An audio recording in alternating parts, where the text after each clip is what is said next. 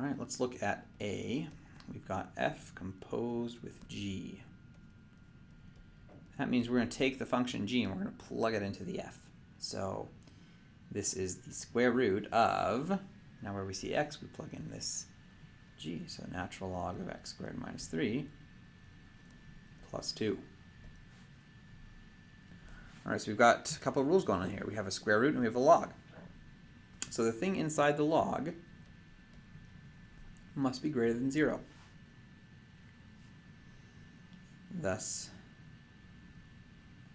x plus root 3 times x minus root 3 has to be greater than 0. So that gives us our negative root 3 and positive root 3. And then we check all of our intervals. If we plug in a negative 2, we're going to get a positive number. So that works out. If we plug in 0, we get negative. So it doesn't work. Does not work. And then plugging in, say, positive 2, that does work. Okay, that's the rule for the log, but we also have a square root. So the thing underneath the square root must be greater than or equal to 0. So now we're going to solve for x. We'll subtract 2 from both sides. Natural log of x squared minus 3 has to be greater than or equal to negative 2. We do e raised to both sides. We get x squared minus 3 greater than or equal to e to the negative 2. Add 3. X squared has to be greater than or equal to e to the negative 2 plus 3. Okay, which means that x is going to have to be greater than or equal to the square root of e to the negative 2 plus 3, or x will be less than or equal to the negative square root of e to the negative 2 plus 3. That's a lot of rules there. However, it turns out that our overlap ends up being exclusively one of them. Let's look at this. So we'll start out with our number line.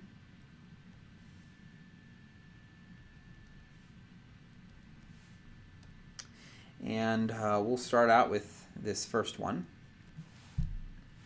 We look at negative root 3 and positive root 3.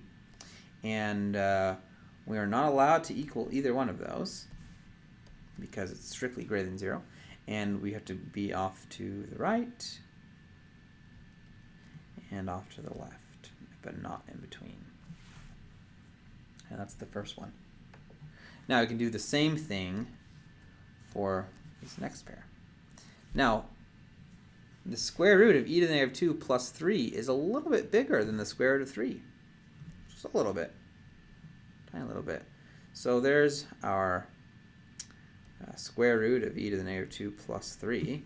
And then down here we have a negative square root of e to the negative 2 plus 3. And there we do have a filled in for each one because it's x equals for both of those. But then we're again to the outside.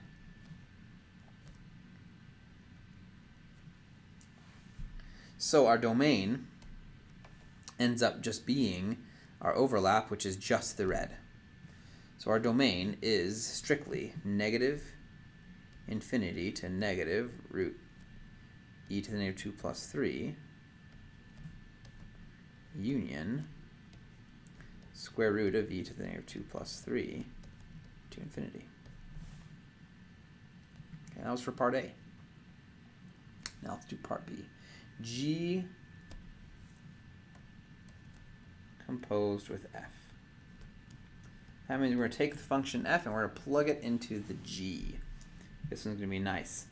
We take the natural log of, and then where we see x, we plug in that square root. Square root of x plus 2 squared minus 3. Well, that's the natural log of x plus 2 minus 3. Is x minus 1. And that's beautiful because we are allowed to plug in anything as long as this x minus 1 is greater than 0. So x has to be greater than 1.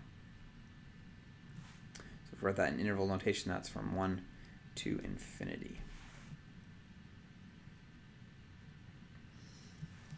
Now there's one unique thing that happens every once in a while when you plug functions into other functions. What you have to make sure is that your domain is part of the domain of the function you're plugging in. Okay, so I should write those to make it clear. The domain of f is that x plus 2 must be greater than or equal to 0, which means that x must be greater than or equal to negative 2. And the domain of g is that x squared minus 3 must be greater than 0. And that was, of course, the negative infinity to negative root 3.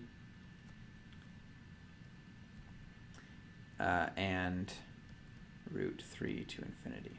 Now, we only have to make sure that our domains fall within these if f is the function we're plugging in or g is the function we're plugging in. Okay. So it did for a, certainly, because the function we were plugging in was g. So this certainly fell within that domain. And here, from 1 to infinity, that certainly falls within the domain of the f. So that works as well. All right, for part C, f composed with f. We're plugging f into itself. So we have the square root of the square root of x plus 2 plus 2. So we have two square roots here. Okay, one of them, we just have the x plus 2 underneath it, so that has to be greater than or equal to 0. The other one has the entire square root of x plus 2 plus 2, and that has to be greater than or equal to 0. Now, this means that x has to be greater than or equal to negative 2.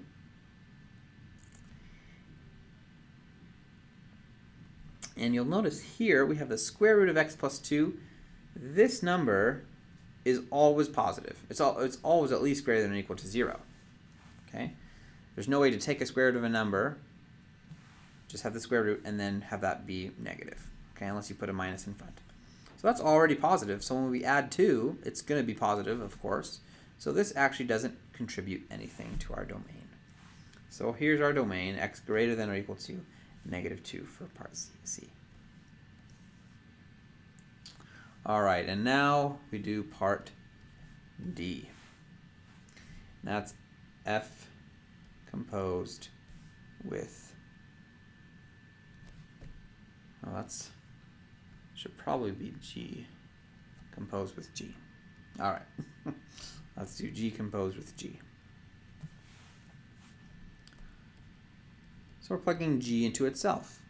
So that's the natural log. So we've got a natural log of the natural log of x squared minus 3 squared minus 3. All right, so two different natural logs occurring here.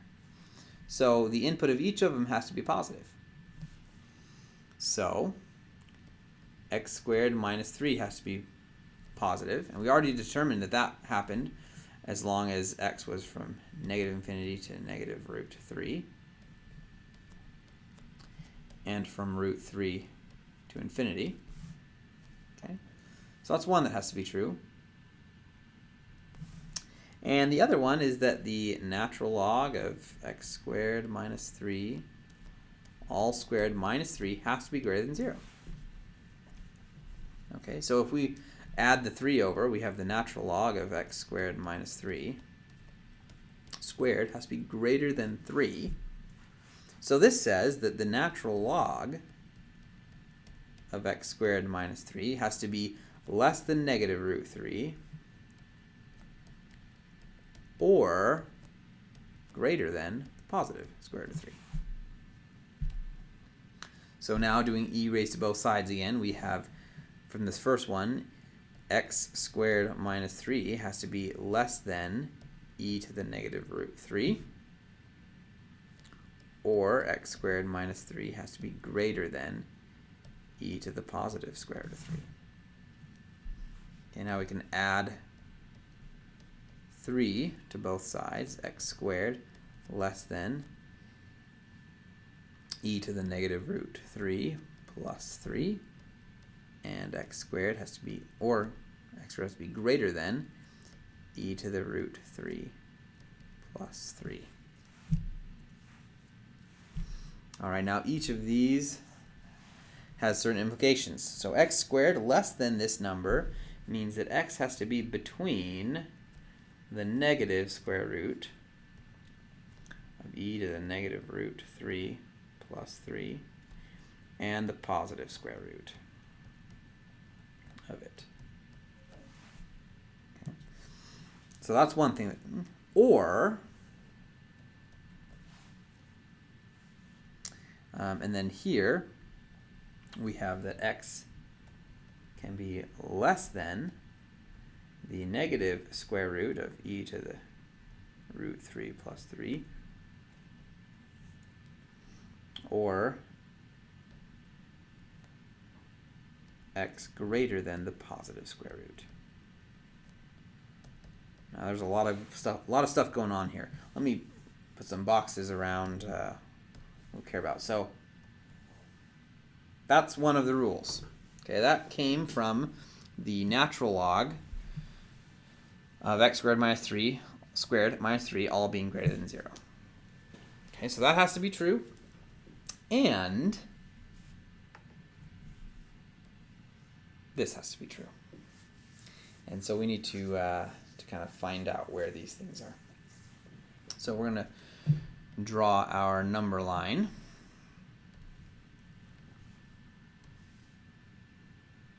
We'll make it nice and big so we can see everything that's happening.